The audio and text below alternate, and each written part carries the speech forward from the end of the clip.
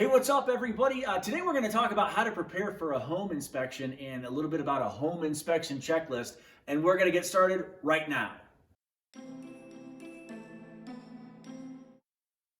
Hey, what's going on, everybody? It is Mark with My Front Range Living, powered by RE/MAX Integrity. I am a full-time real estate agent here in Colorado Springs, and today we're talking about how to effectively prepare your home for a home inspection.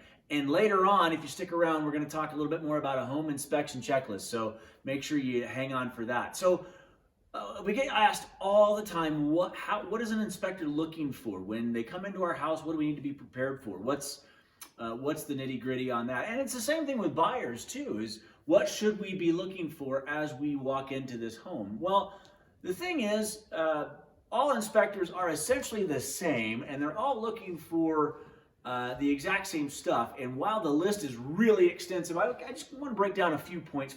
So when the home inspector pulls up and he's looking at the exterior, what most inspectors are looking for is, let's say they're going to start with concrete. What is the concrete looking like? Now, obviously, concrete there's three things that I always say about concrete. It's gray, it's hard, it cracks. What we're looking for, though, is substantial displacement. You know, if there's 1.5 inch, 2 inch displacement in parts of the concrete, the driveway connecting to the garage, or the sidewalk pulling away from the front patio, or the patio sloping down away from the foundation. There's just certain parts of the concrete that the home inspector is looking for, and that's just part of it. Downspouts and things like that, and drainage. Downspouts and drainage are two other huge areas on the exterior that an inspector is going to be looking for. They want to make sure that those downspouts are taking water away from the foundation. So a lot of times, if those tip outs that you have, tip outs being the extension on the downspout that you can just turn down, those tip outs, or if they have those drainage pads that just the gutters hit, and then it whisks water away. They're just wanting to make sure that the water, when it rains or snows or anything like that, is coming away from the foundation. Same thing with drainage. They don't want any of the topography of the home coming towards the foundation. All that water should be going away. So the grading should be away from the foundation of the home. Speaking of foundation, they're looking at that on the outside and the inside as well. But on the outside, they're looking for any cracks. Are there any cracks in the foundation? Is there anything structurally that may be wrong with this home? They're looking for that. Now, understand too, every inspector is going to tell you we're not an engineer. You're going to want to consult a structural engineer for this stuff, but they will point this out. So they're looking for cracks in the foundation. They're looking at the siding. Hey, are the nails countersunk too far that will allow water in behind that siding? Stucco, are there any substantial cracks? Again, not hairline, but are there really big cracks in the stucco where water is going to be able to penetrate, get behind there, and could create some issues long term? They're looking at paint. Hey, this paint's really, really faded or cracked, or there's dry rot, water damage, things like that. They're looking at all of that on the outside of the home. Now, granted, they're going to get into it a little bit more specifically. And even, I'll tell you what, now's a great time to talk about it. That home inspection checklist, you can download that right now for free, no charge to you. It's below. Go ahead and hit that up if you want. You'll see just how extensive the list is that they're looking for when they look at the exterior of the home. Another thing that home inspectors are looking for, windows. They're looking at windows. Now, out here in Colorado Springs, we've had plenty of hailstorms out here, so they're looking for chipped or cracked glazing.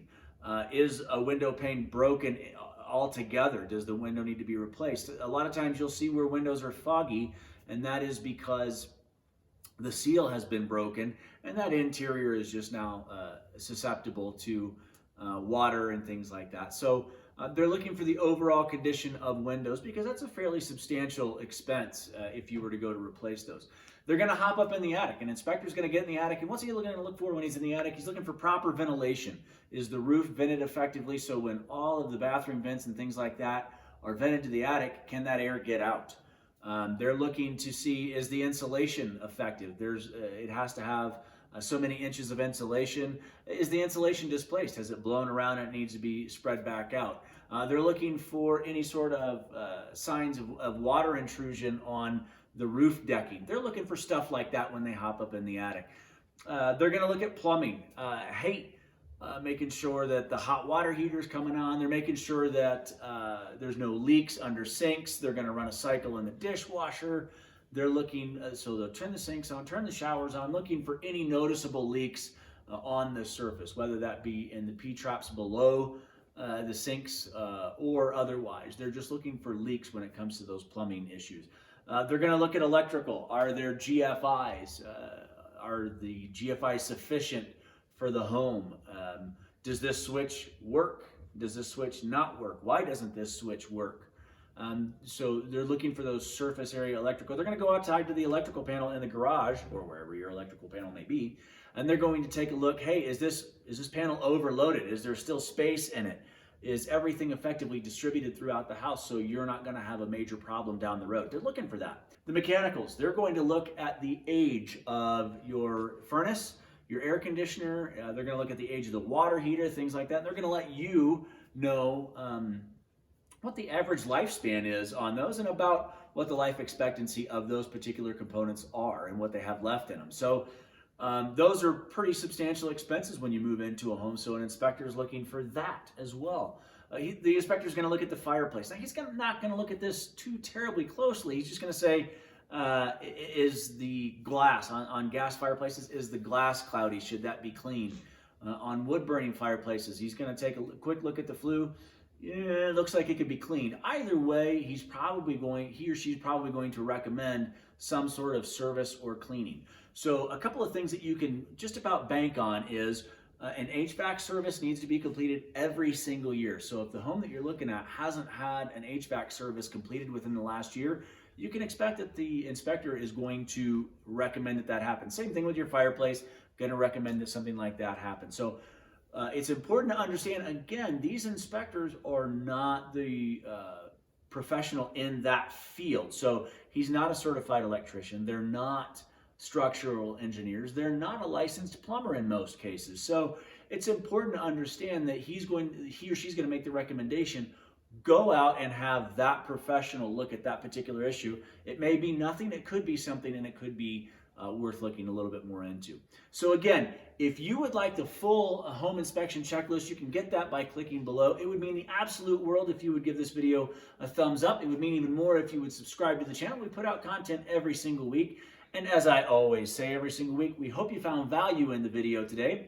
Hit us up with a comment, or you can hit us up on Facebook and Instagram below at My Front Range Living.